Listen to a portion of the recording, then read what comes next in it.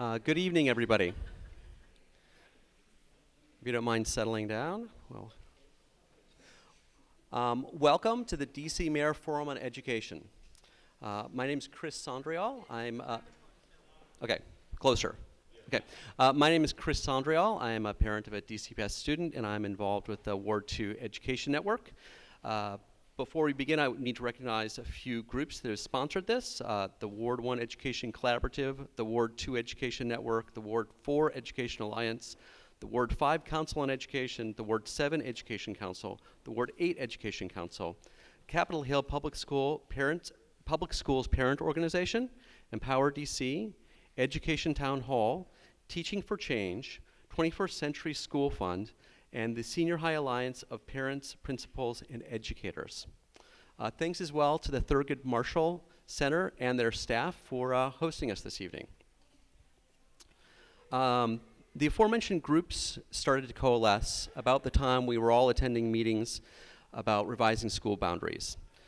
We felt the city really lacked a vision for improving public education for all DC children. The consensus of these groups and dozens of other individuals coming together are the 6 Principles for Public Education in DC document that I think you found on your seats this evening. We believe that achieving these principles will lead to a stronger and more equitable public education system in our city. You can learn more about the sponsors and sign on to support these ideals at www.dceducationelection.org. We hope to share the video of this forum on our website later tonight or tomorrow. About the format this evening, we are going to have a series of 30-minute conversations between our moderator and each candidate individually. That'll be followed by a 10-minute round of Q&A from the audience. We'll then take a 10-minute break between candidates. We'll be starting with Ms. Schwartz, followed by Councilmember Catania, and we have a slot also for Councilmember Bowser. You also found on your seats cards. Please write down any question you'd have for a specific candidate and pass them to the aisles within about the 15-minute point or so of the conversation. Someone will be kind of hanging out in the aisles and collecting cards. Other housekeeping, please hold your applause for the beginning and the end of each conversation. One other note, sorry. Yeah, at the end of each 10-minute Q&A, the candidate will be given 2 minutes for closing remarks. Okay. So we ask you to hold your applause for the beginning and the end of each conversation. We are live streaming this event, so please be considerate of those who are watching elsewhere. If you feel the urge to interrupt a candidate, the door is right there, and we will try to enforce that. For any of you tweeting this evening, we're using the hashtag EduDCision14. Finally, let me introduce this evening's moderator, Natalie Hopkinson. Natalie is a writer and scholar whose work has been published in the Washington Post, The Root, Essence Magazine, The New York Times, and TheAtlantic.com. She received a degree in political science at Howard University and earned master's and PhD from the University of Maryland, College Park.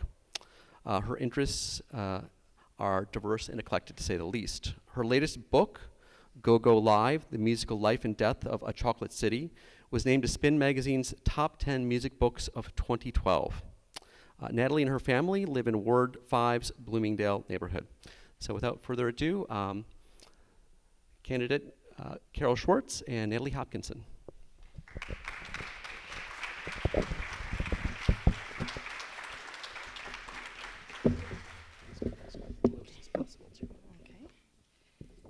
All right, good evening, everyone.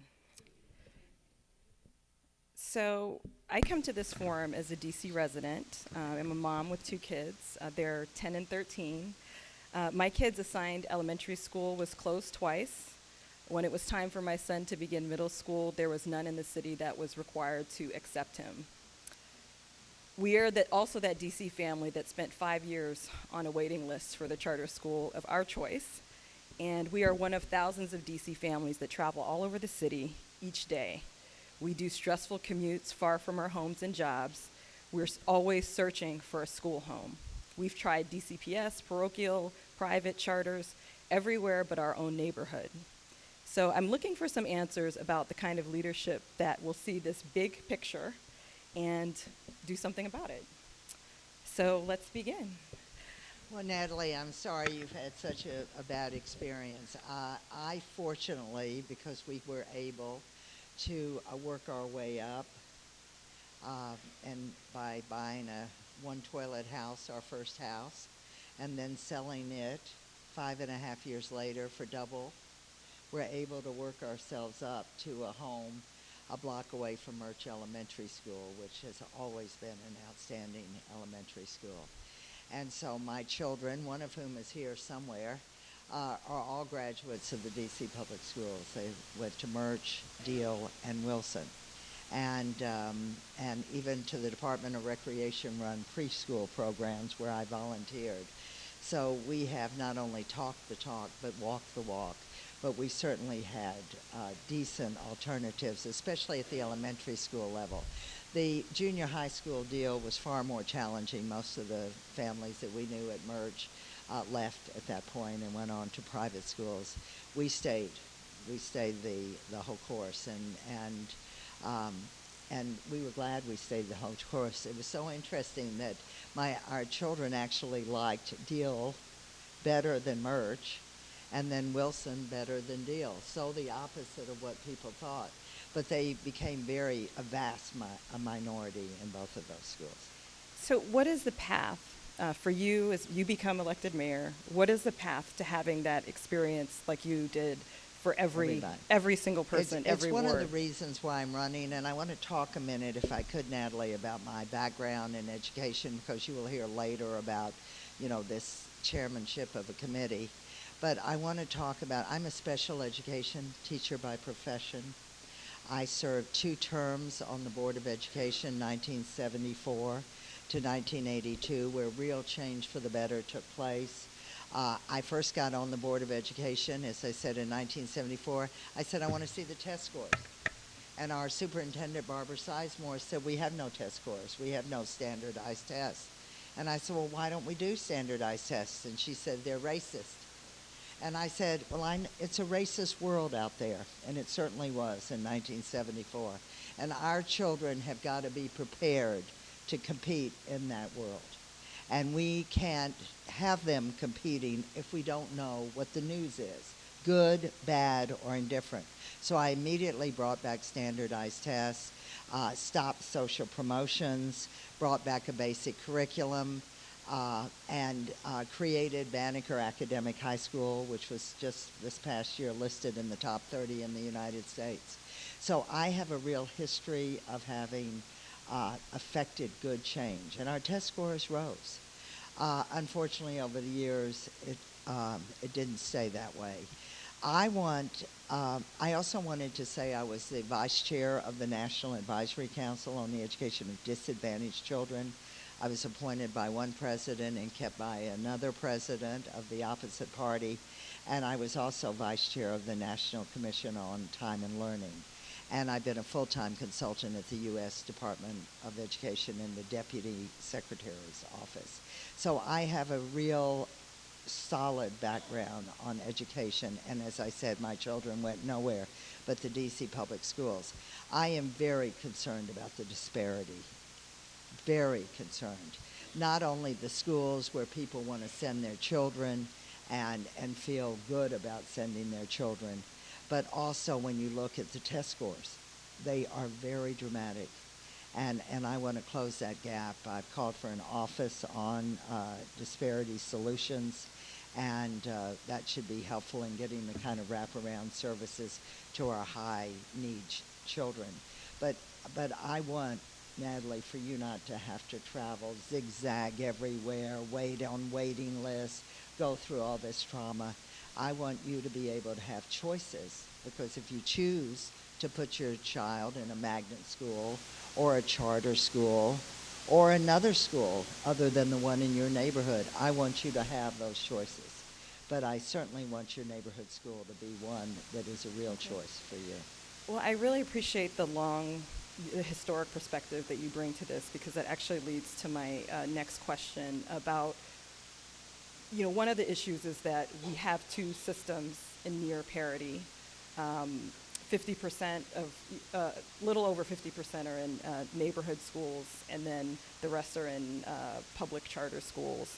And the number of desks and the number of schools that we have, from a historic it's actually at a historic high. So just for some perspective, at the height of enrollment in DCPS in 1965, we had 147,000 kids, and we operated 196 schools. Today we have 85,000 kids, and we operate 213 neighborhood and charter school buildings. Yet we have the authority to approve up to 20 new charters every year, and we are absolutely opening new charters every year. So with the amount of buildings that we have operating now, is it sustainable for us to continue on this path? Well, I think we want to maximize the schools that we have. And when we have schools that are under-enrolled, I do think that there should be some wedding of some neighborhood schools, because when you're paying so much to operate, the building costs, the janitorial costs, it becomes like siphoning off dollars that could go to music teachers and art teachers and other kinds of programs that would enrich children's lives. So I would like to see us right size the school system by not having too many buildings. But I'm also not quick to give away our buildings, and that's been what's been happening now, giveaway, not selling, giveaway. And because I think we are a growing population, and for the first time in 5 years, we actually had an upping of the enrollment in our public schools, and that's encouraging. And so I want to not be either giving these to developers, selling them at very low cost to developers, and then have to buy them back a few years down the road at these top prices. I think that would be very counterproductive. So what is the mechanism? You talk about right sizing, and again, not just looking at DCPS and not just looking at charters, looking at both of them, as a whole system. What is the mechanism? How can you do that? How will you be able to do that as mayor, and what sort of mechanisms exist? What needs to be put into place in order for you to be able to do that? Well, one, you have to have the cooperation of the charter school board. They really, in Congress, when they pass that legislation, they're really freewheeling. I mean, they have an amount they can open, and they can kind of do as they please.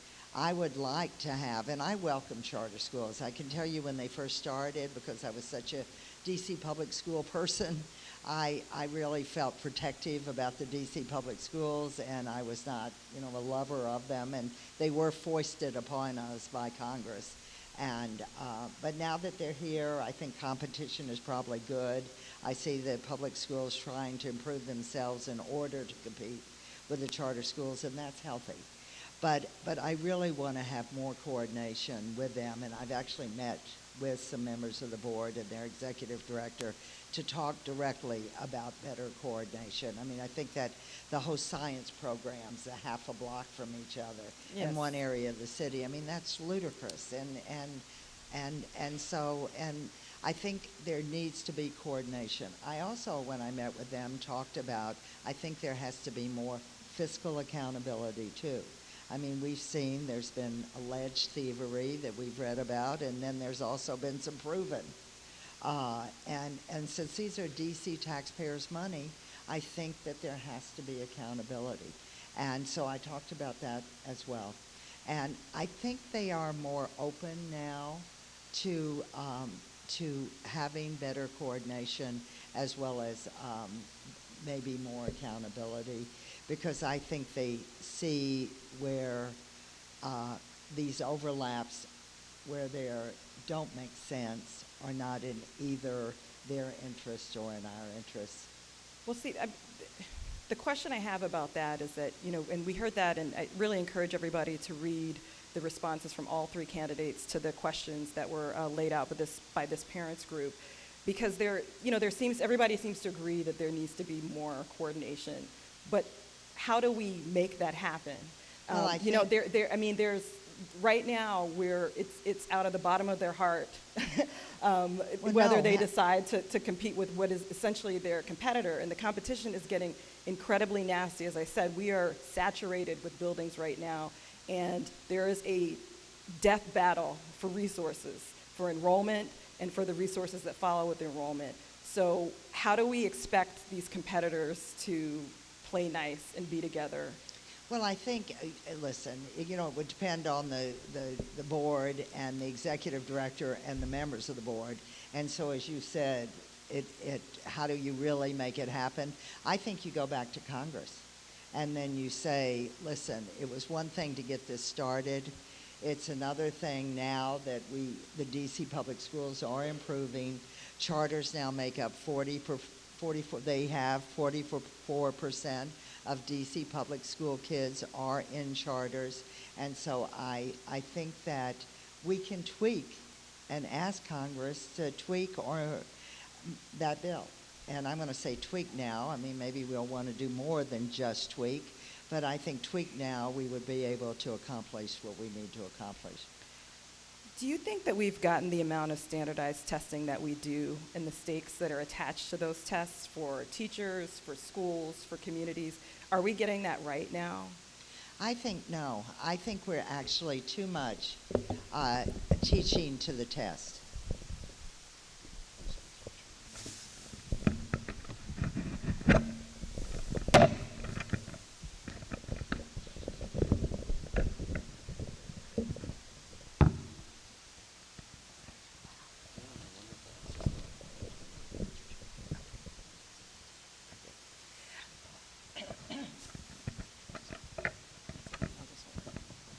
Sorry. I think we're too much teaching to the test these days.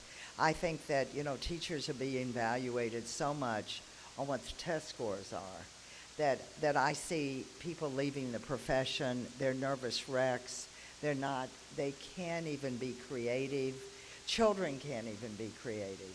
And so I hope that those of you who are here or listening to this will go to carol4dc.com, Carol4, either F-O-R or the number 4, dc.com, and look at our position paper on education, where I really talk about some samples of things I'd like to see us do more of. Of course, we want our kids to do well on tests, and we certainly want to have the best teachers in there. But we really have gotten rid of most of our veteran teachers just because they had a few gray hairs. And we brought in all the Teach for America group. And many of my children's best friends were in that program. But I say were in that program because the problem is, and if you look at even their website, most of their teachers go in and spend 2 to 3 years, and then they're off. They add it to their resume, and they go on to better paying jobs.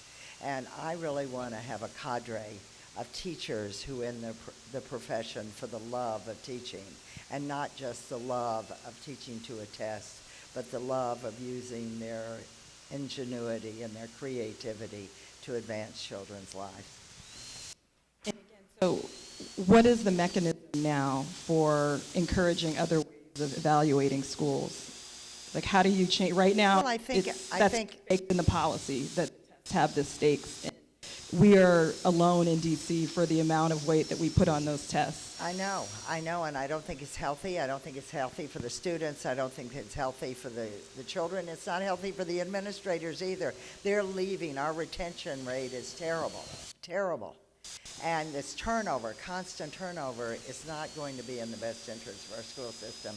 I think that you can progress as a school system and make sure that teachers have opportunities to be creative, as do students. I think that it can be changed. And I haven't sat down and talked to Kaya Henderson about this, but I think that I bet she, too, realizes now that's why I think they put off the testing for a period of time. I think they are all, saturated and are realizing that this is not the best way to educate children.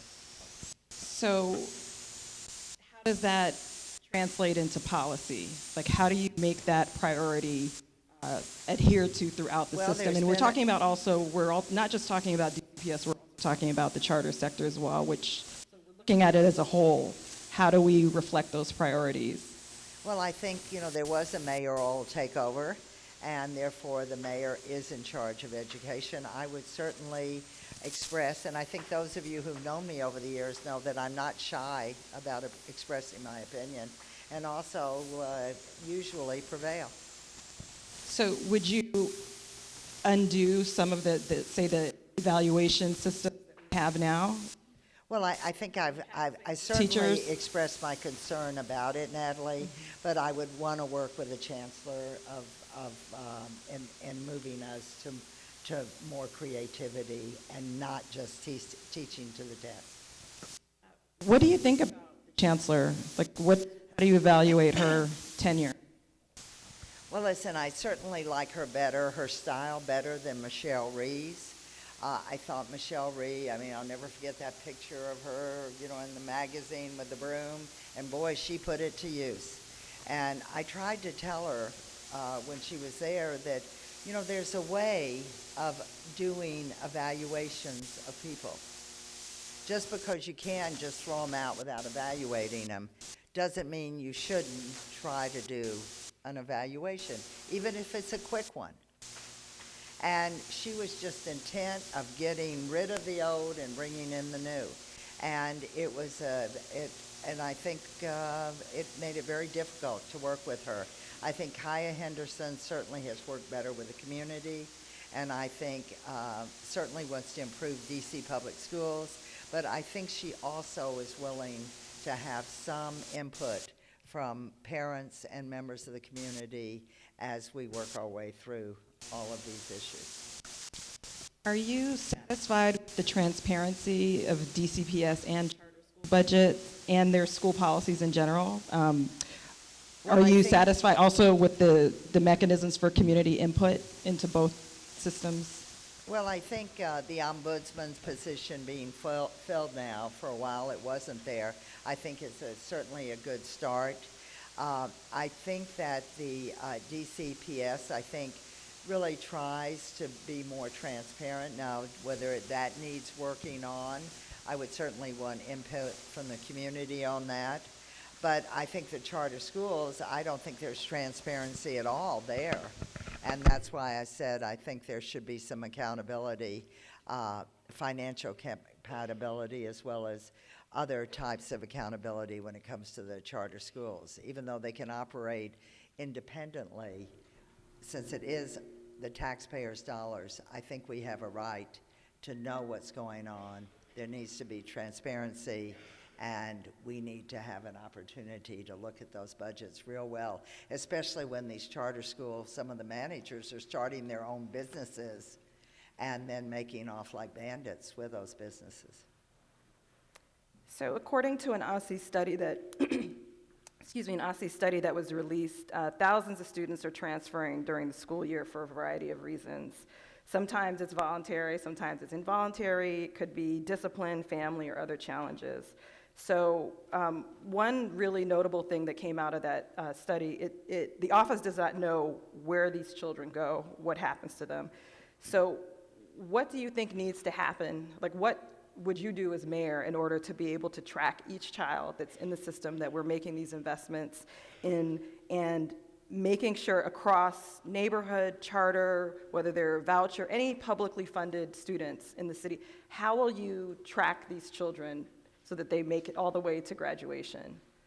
Well, I think that's, a very important, there has to be important mechanisms in place to do that. And I think the whole Relisha Rudd,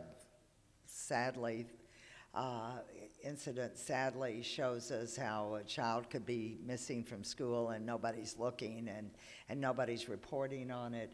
And then also, not just the safety of each and every child, but I think we have to track them because, as we know, the dollars follow the children. And so if the dollars need to follow the children, so you need to know where the children are in order for the dollars to get there.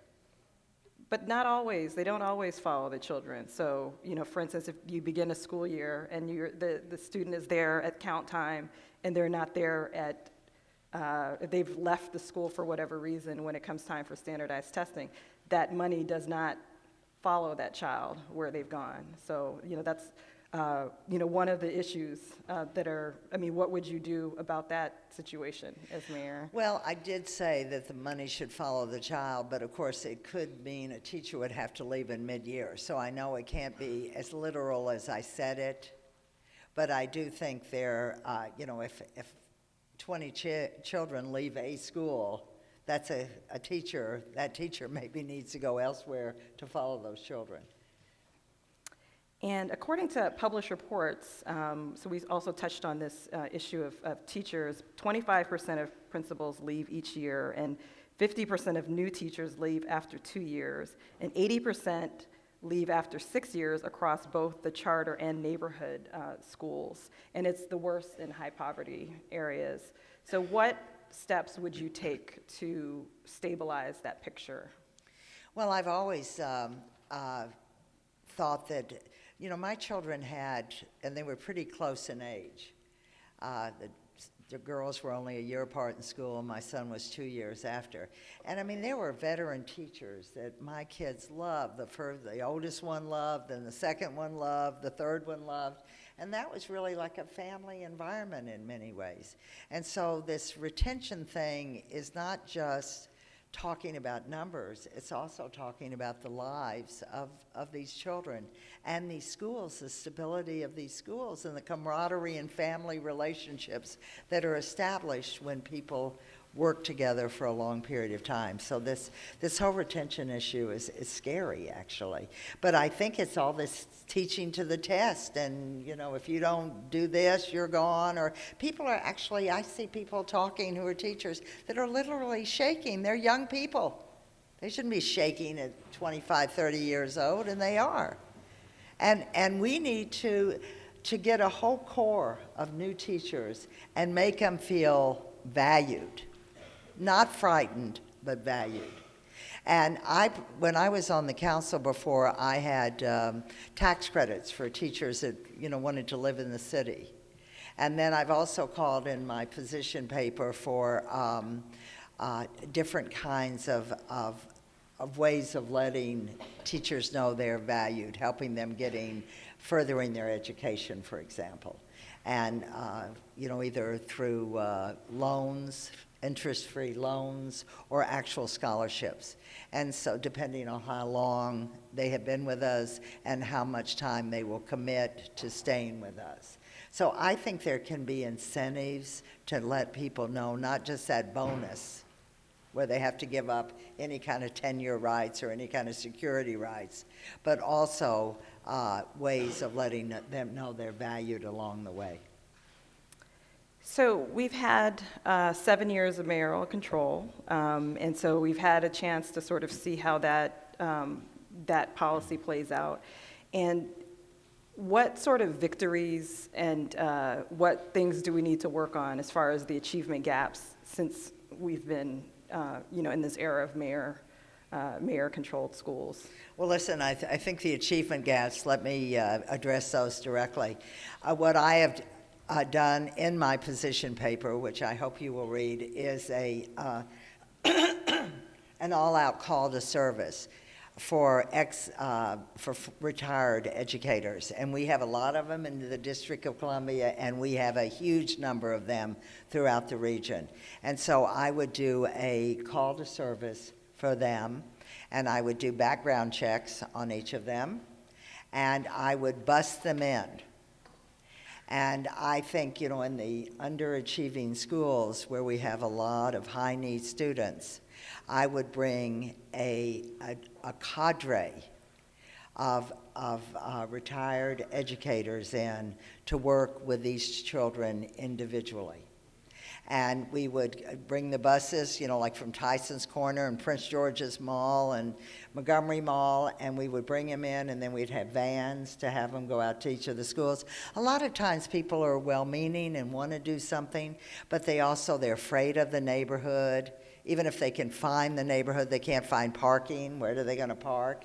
And so to make it easy, we'll bring them in, and then we'll do it non-rush hour, so they'll go to the school for several hours, and we'll ask them to sign up for a minimum of twice a month, hopefully once a week, or more. And then we will bring them in, and those children will have individualized attention at very young ages. And then we'll also have those that want to work with the older children to be able to do that. Tutoring is catch-up, and kind of these will be a very satisfying thing, I think, for our retirees, especially if we make it easy for them. And it will also be a marvelous thing for our children to get some tender, loving care and real individualized attention, which I think will help them catch up.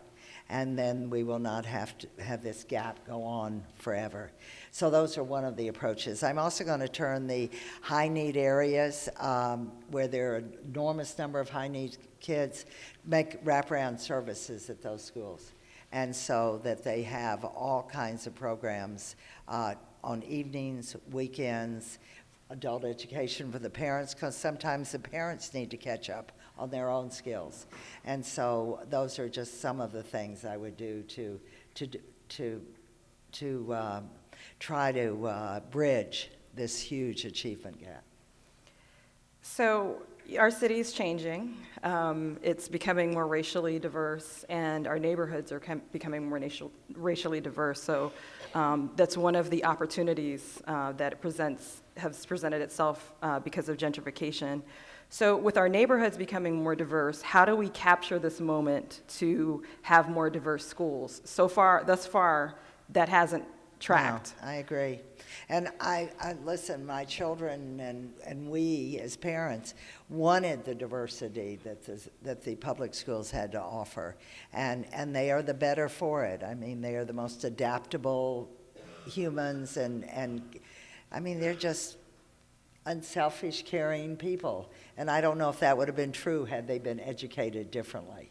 And I like what they've done with their lives as well. My daughter's a lawyer working with abused and neglected children, protecting them she goes from Manhattan to the Bronx every day to protect children. I'm very proud. They don't make a lot of money by choice, but they certainly do good work. And I think the public schools added to them being the kind of individuals that they are. I think the boundary changes, I know you haven't asked about that yet, but I think that they call for that there be those set-asides for those high-risk kids as well as out-of-boundary placements. And they're now at a certain level. I would think about even increasing that level for out-of-boundary by a few percentage points, because I really do want integrated schools. Yeah, in one of your responses, you talked about you had some concerns around the new boundary plan because it would turn back the clock on integration. And that's one of the interesting things about looking at what's happened in DC from a historical perspective, because after 54, I mean, you had basically parity. There were about half the system was white students, half was black students, under segregated system. And then as soon as Brown came in, you had a mass exodus, and I think it dropped down to 9% white. The system went from being 40-something% white to being 9% white. And so, and this even is lower than that when my kids were in school. Right. So, it's for DC, it's not necessarily turning back the clock, but just sort of continuing the same. And so I'm just wondering, what do we do to change that? Well, I think the fact that our neighborhoods are becoming more integrated now should, excuse me, if we get those quality neighborhood schools, I think there'll be natural integration that will happen. And then I think for those schools that are like east of the river, as well as those that are west of the park, I think that these out-of-boundary placements, as well as the set-asides, also should help. Okay. All right. So we are going to move to the Q&A portion of the evening. So if we have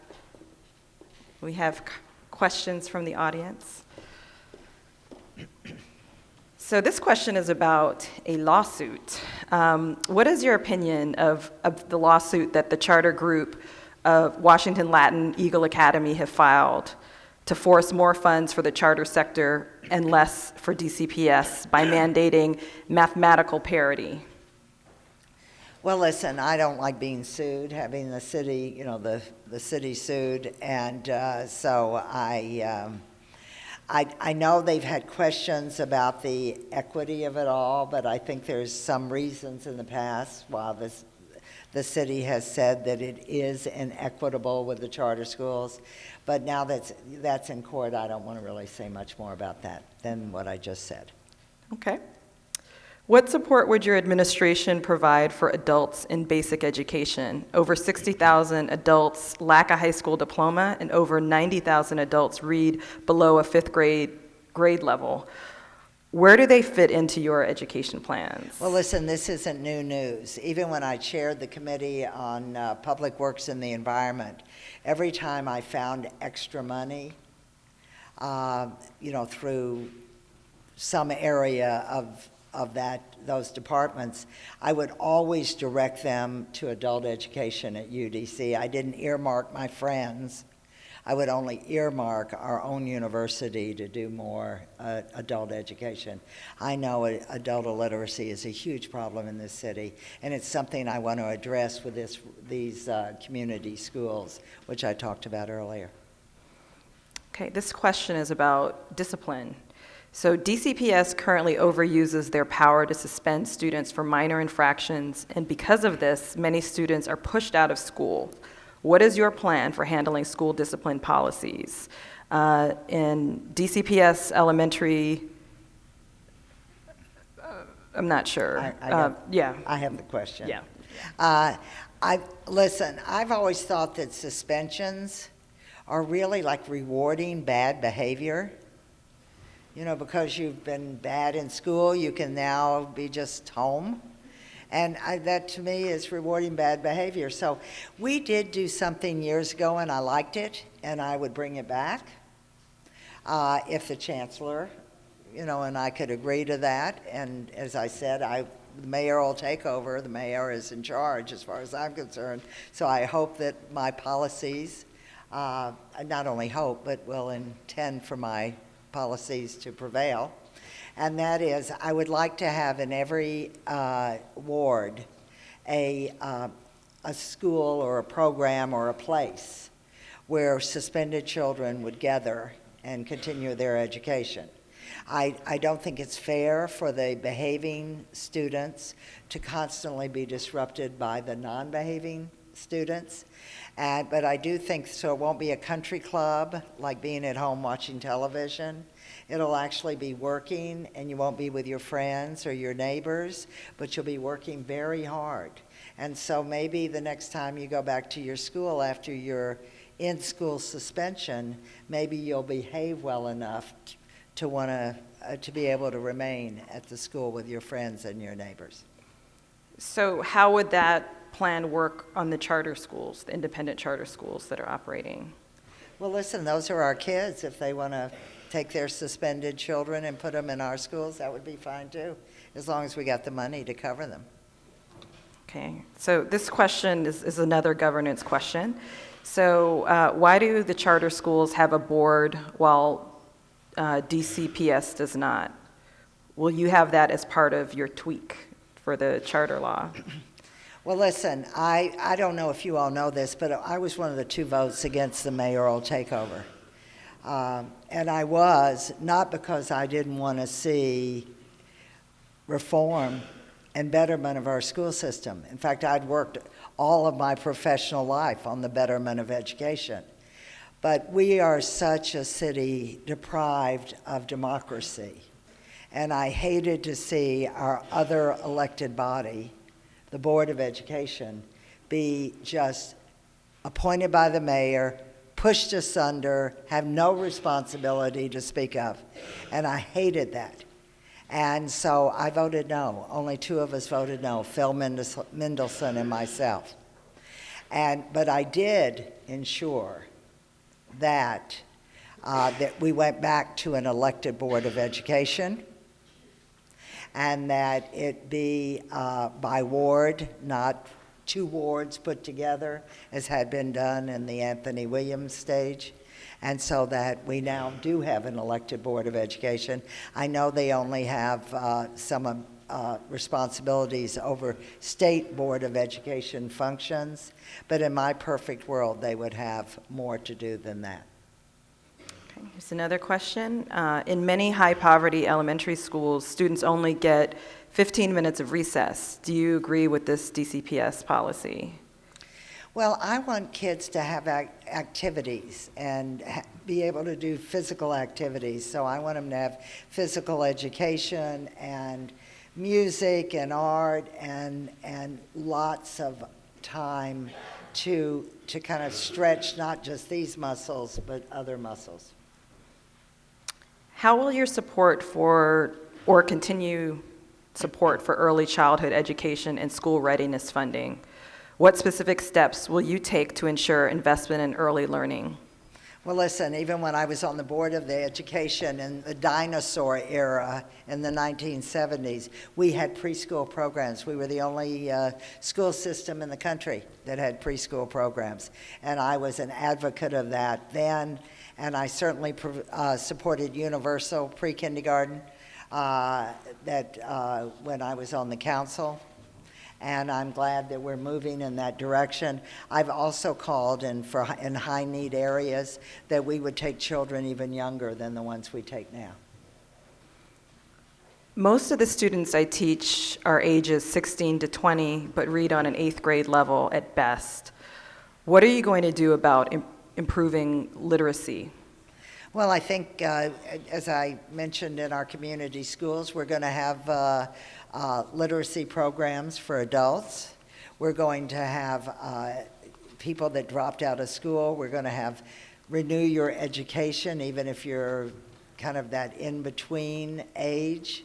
And we're going to have those tutors to make sure that all the children in the school will be able to read up to grade level. And those who need special education in order to accomplish some of that, we'll make sure they're in those kinds of programs. Okay, well, this will be the last question, and then we'll give you 2 minutes closing statement. And I think you might have gone over this one, but what actions do you think should be taken to address low-performing DC public schools? Well, I do think I've covered that one pretty well. I hunger to take this task on. I've been a tutor myself as a volunteer at Malcolm X Elementary School. I want to go ahead, if I can, with my closing statement. Maybe I'll get an extra minute or 2 for it. For those of you who are watching or here in person, I have not only spent my entire career in Washington, D.C., which is nearly 50 years, working not only in elected office starting in 1974, but also in my individual private life. I have been a volunteer for years, and I think that makes me unique among those who are running for mayor. So whether you pay me or not, or whether I'm elected in elected position or not, I'm out working in the community. I was a member of the board of the Police Boys and Girls Club, Metropolitan Police Boys and Girls Club, for 25 years. I was its first woman president. I was on the board of the Whitman Walker Clinic, elected by the community, for 17 years, and was elected as its vice president. And I don't just put my name to these community organizations and not show up. I'm there at every meeting. I am passionate about this city, And I think we need someone who is passionate about it, and not just passionate about the paycheck or the second job we might have. And I'm also very worried about the giveaway of our property. And I look at this election and look at the kind of money that is being raised by developers, and they don't just give money out of the goodness of their heart. I've stopped sweetheart deals for years. Remember the impoundment lot with Doug Jamal out in Prince George's County? I jumped in, I found that little thing buried in a budget, and I stopped it. So I have a history of stopping shenanigans. The council, when I was there, wanted to raise the constituent service funds, and I chaired the committee that had oversight, and I said no. I left the council, they doubled it. And then it blew up in their faces. And part of their big ethics reform was to take it back down to the $40,000 that they could raise a year. And 3 people got carted off to jail after I left. Folks, the reason I'm not there now, and some people say, well, you've been gone so long. You're not there. That's like double jeopardy. I'm not there because I gave sick leave to workers. And I got targeted. And I got thrown out of office. And I even spent a lot of my own savings to try to win. They came after me in the primary because they knew they couldn't beat me in the general election because I got 94,000 votes 4 years earlier. And I lost the primary. And then I came back and ran a write-in and used a great deal of my own savings. And I lost, but 40,000 people wrote my name in. Now, I know this election, and everybody says you got in late. Actually, they got in early. And this election is about money. Are we going to be bought? It looks like that might happen. And it's also a negative campaign. You don't like her, so you're voting for him because he might beat her. You don't like him, so you're voting for her even though you think she has a thin record because she might beat him.